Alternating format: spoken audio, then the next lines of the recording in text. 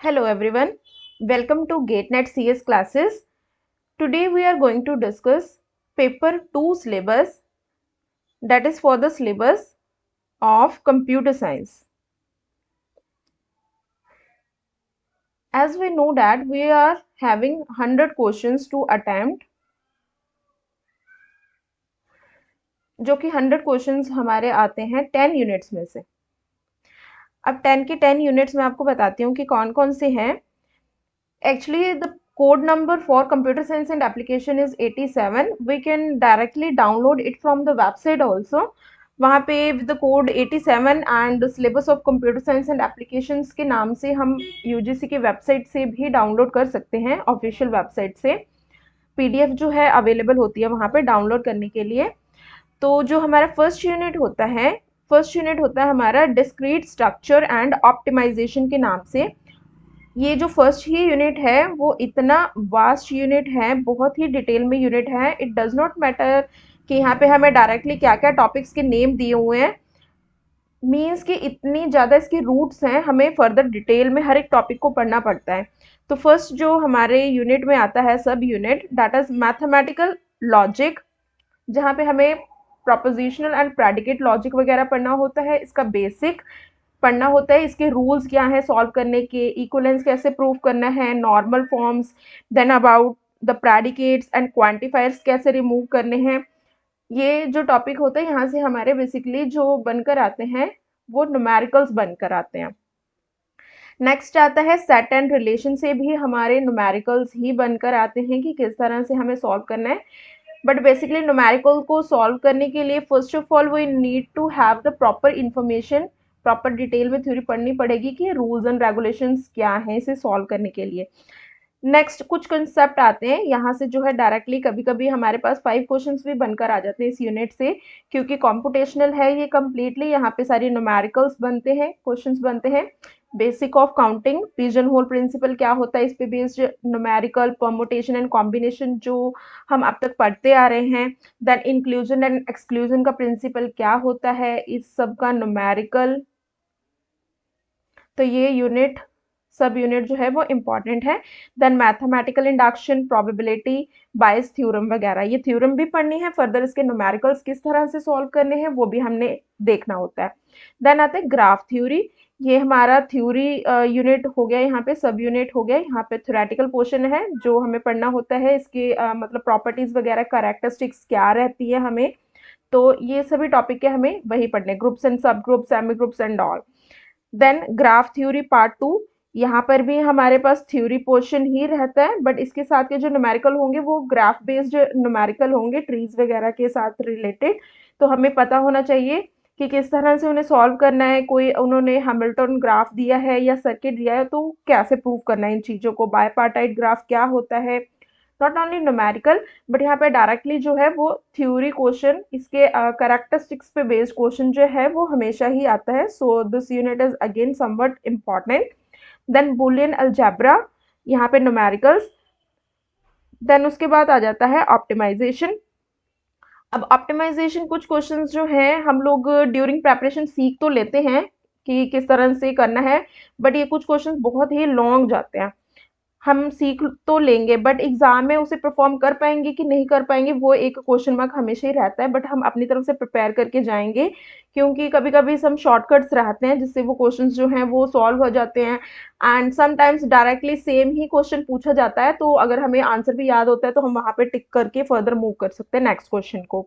इसलिए हमें ये भी प्रॉपर यूनिट जो है करके जाना रहता है. देन आता है unit number 2, data computer system architecture. अब आर्किटेक्चर में से सर्किट्स वगैरह जैसे हमें पता है, जो हमने अपनी स्टडी में भी किया होता है ड्यूरिंग आवर स्टडीज. तो डिजिटल लॉजिक सर्किट्स कौन कौन से हैं, like sequential and combinational circuit कौन से होते हैं, इनके क्या क्या फीचर्स रहते हैं, एंड फर्दर इनकी जो भी इसके अंदर टाइप्स फॉलो करती है, जो भी फॉलो करती है वो सारी ही हमें पढ़नी रहती है. इनकी थ्योरी, इंफॉर्मेशन प्लस इनके सर्किट्स किस तरह से होते हैं, तो इन पे बेस्ड क्वेश्चन आ जाते हैं सॉल्व करने के लिए. देन नंबर सिस्टम, पूरा का पूरा नंबर सिस्टम ये बहुत ही इजी है, तो इसे बिल्कुल भी छोड़कर नहीं जाना है, और इसमें से क्वेश्चन भी आता है नंबर सिस्टम में से. Then register transfer and micro operations, अब यहाँ पे ऑपरेशंस किस तरह से हमें सॉल्व करना है और बस एंड मेमोरी ट्रांसफ़र किस तरह से होती है, थोड़ा थ्योरी पोर्शन रहेगा। एंड कुछ जो है क्वेश्चंस थोड़े कॉम्प्लिकेटेड आ सकते हैं इस पर्टिकुलर सब यूनिट में से। देन आता है basic computer organisation and design. यहाँ पे स्टोर्ड प्रोग्राम ऑर्गेनाइजेशन। अब ये है कि यहाँ पे डायरेक्ट सिलेबस से अगर हम ये लाइन रीड करेंगे ना, stored program organisation and instruction code, तो यहाँ से डायरेक्टली हमें समझ नहीं आएगा कि ये पर्टिकुलर चीज़ है क्या। तो हमें इसके प्रॉपर जो है नोट्स जो है कहीं से भी पढ़ने होंगे, जहाँ से भी हम रिसोर्स अवेलेबल करवा रहे हैं। तो इंस्ट्रक्शन कोड्स कौन-कौन से हैं, वो सारे याद करने होंगे। रजिस्टर्स कौन-कौन से टाइप्स के होते हैं, उनमें कंट्रोल कैसे परफॉर्म होता है, इंस्ट्रक्शन साइकिल क्या होता है। तो यहाँ डायरेक्ट यूनिट को पढ़कर हमें बिल्कुल भी क्लियर नहीं होगा कि इसके अंदर क्या-क्या चीज़ें हैं, तो फर्दर रूट्स बहुत है, वो सारी पढ़नी रहती हैं। Then basic programming programming the basic computer. ये थोड़ा-सा डिफ़िकल्ट रहता है और कुछ क्वेश्चंस बहुत ईज़ी भी रहते हैं। तो मोस्ट ऑफ द स्टूडेंट्स क्या करते हैं कि इस सब यूनिट को स्किप ही कर देते हैं, बिकॉज़ असेंबली लैंग्वेज पे जो क्वेश्चंस हैं, वो समटाइम्स एग्ज़ाम में लेंथी आ जाते हैं।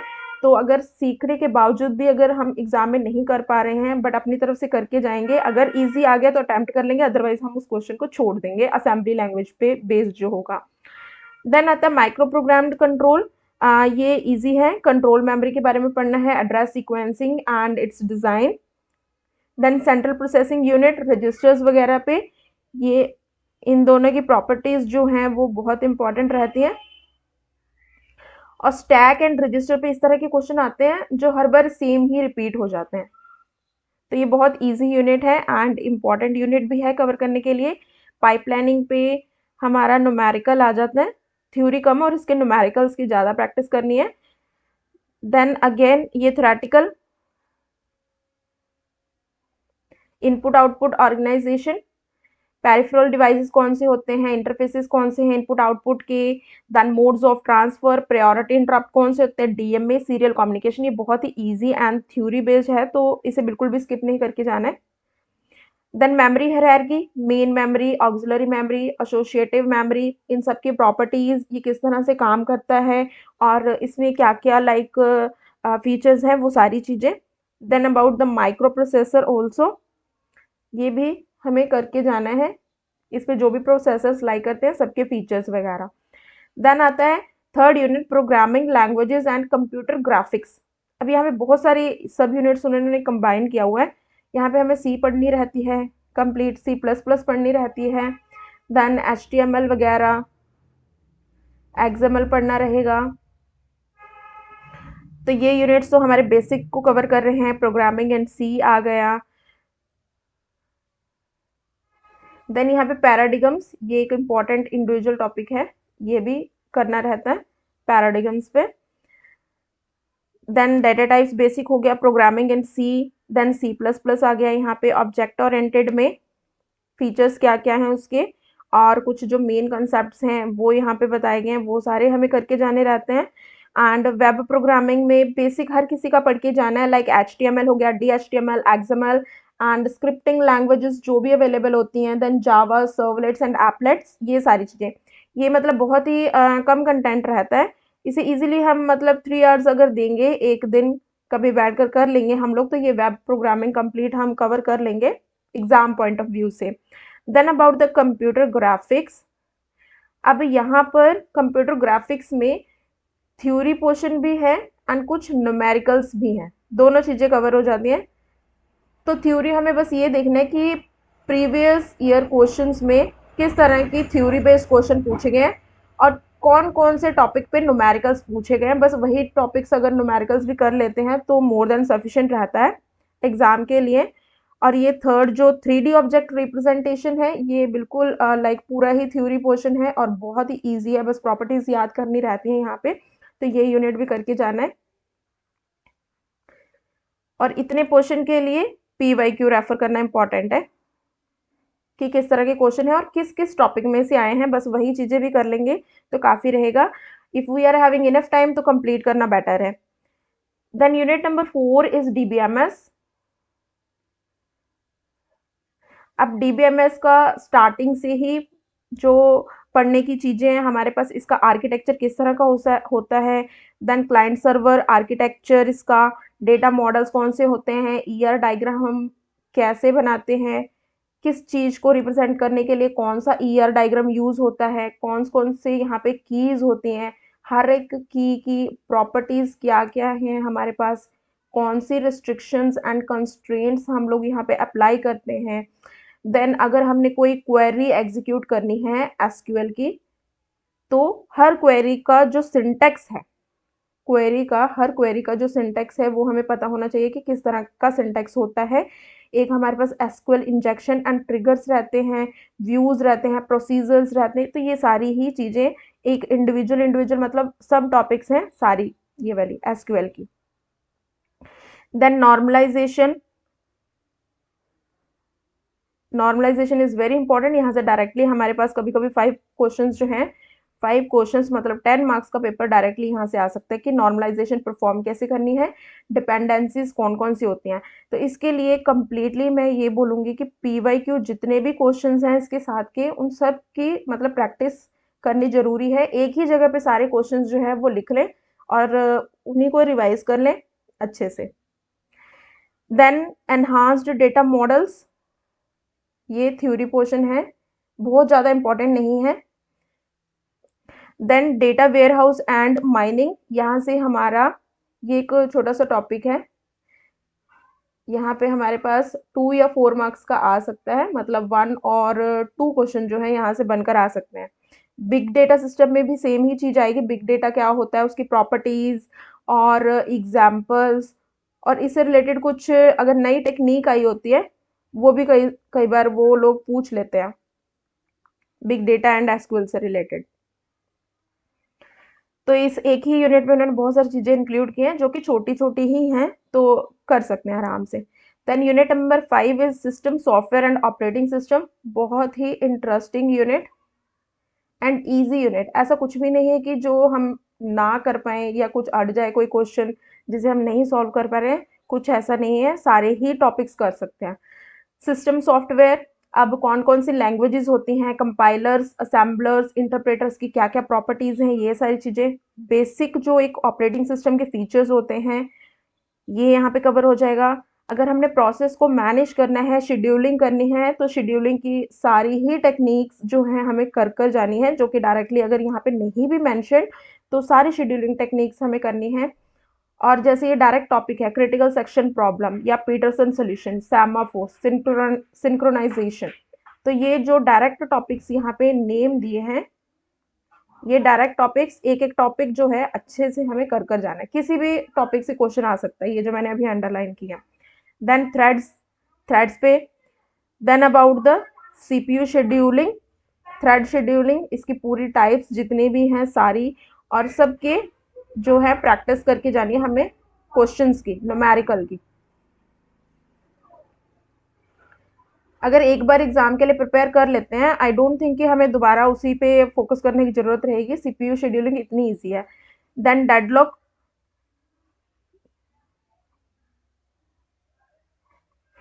अब डेडलॉक जो है ये हमारा थ्योरी पोर्शन आ जाता है एंड इजी पढ़ने के लिए। मेमोरी मैनेजमेंट भी इजी है, इसकी सारी इंडिविजुअल हर एक टॉपिक करना है, यहाँ से सेगमेंटेशन, पेजिंग हो गई, रिप्लेसमेंट की टेक्निक्स हो गई, फ्रेम्स का कंसेप्ट, थ्रैशिंग का कंसेप्ट, ये सारे कंसेप्ट्स पता होने चाहिए कि एग्जैक्टली इनका मीनिंग क्या है। Then storage management, file input and output, then security पे, ये जो सिक्योरिटी पे यहाँ पे क्रिप्टोग्राफी वगैरह, यूजर ऑथेंटिकेशन है, ये सब चीज़ें। देन अबाउट द वर्चुअलाइजेशन,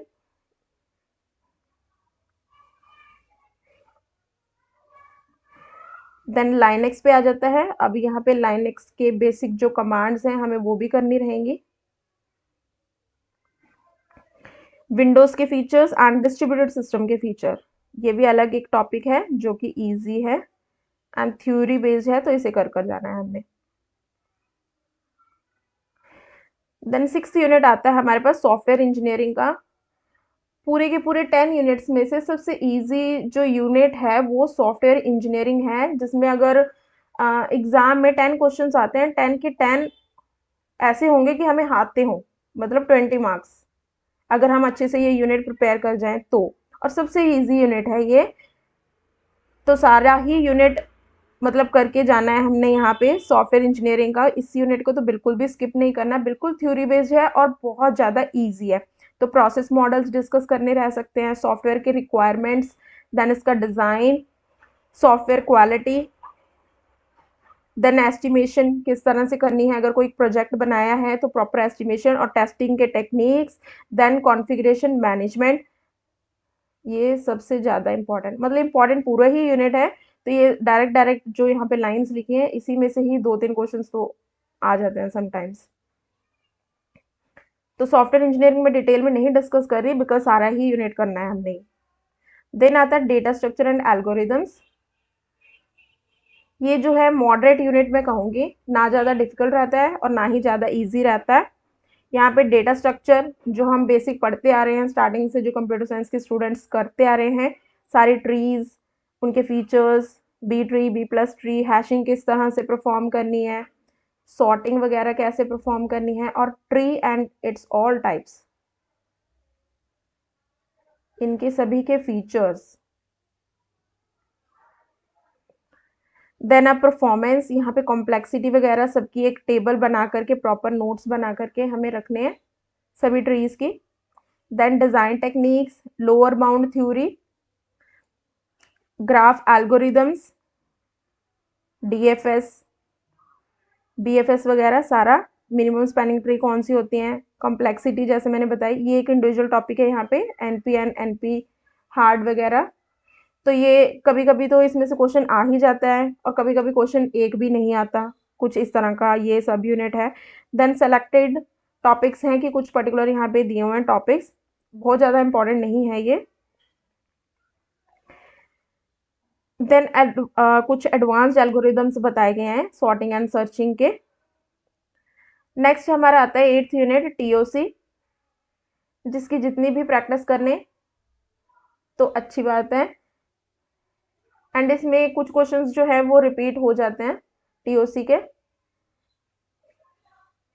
तो हमें पता होना चाहिए कि जो इंपॉर्टेंट चीज़ें वो हम करके जाएं। थ्योरी ऑफ कंप्यूटेशन जो बेसिक है इसका वो, and then regular language models, DFA, NDFA, इनकी प्रॉपर्टीज़ वगैरह, कंटेक्स्ट फ्री लैंग्वेजेस कौन कौन सी रहती हैं, देन ट्यूरिंग मशीन्स के बारे में, unsolvable problems, syntax analysis, semantic analysis वगैरह।